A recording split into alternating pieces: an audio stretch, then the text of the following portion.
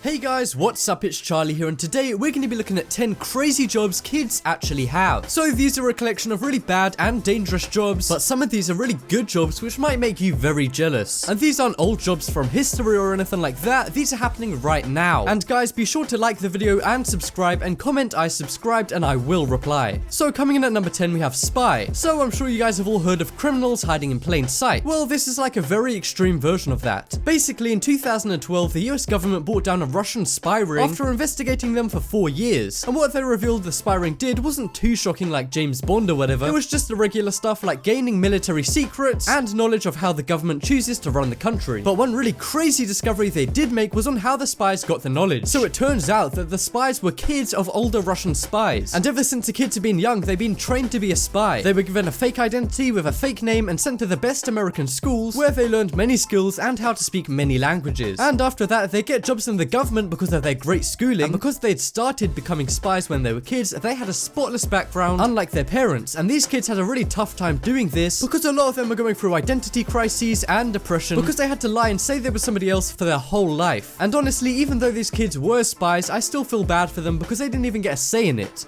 So coming up next is bullfighter. So this one is going to be controversial. So to some people, bullfighting is an art, but some people think it's cruel and hate it. And matadors who kill bulls in bullfights risk their lives every day. And because of that, they get paid a lot. In fact, sometimes up to $400,000 just for one bullfight. Damn, sign me up. I'm just kidding guys, don't get triggered. But yeah, bullfighting does involve a lot of knowledge about the bull's movements and how they're going to respond to your actions. And this takes a while to learn because you have to know it. Otherwise, you could make a mistake. And when you make a mistake at work, it's probably annoying, but not the end of the world. But in bullfighting, a mistake means death. So you need to learn the skills in depth, meaning you have to start at a very young age. And most bullfighting schools accept students as young as 6 years old, but most kids don't graduate because they get injured and get put off. But if you do make it as a bullfighter, you can be paid handsomely, as long as you don't mind a lot of people being very pissed off at you. So next up we have CEO. So most jobs on this list are either very dangerous or very bad, but this is one of the good ones. So believe it or not, this 12-year-old kid here named Callum is a multi-millionaire. Why? Well, it's 2016, have a guess. He makes apps and he's been doing it since he was 9, but he's 12 now and he's made 2 apps which he sold to Google for $8.5 million.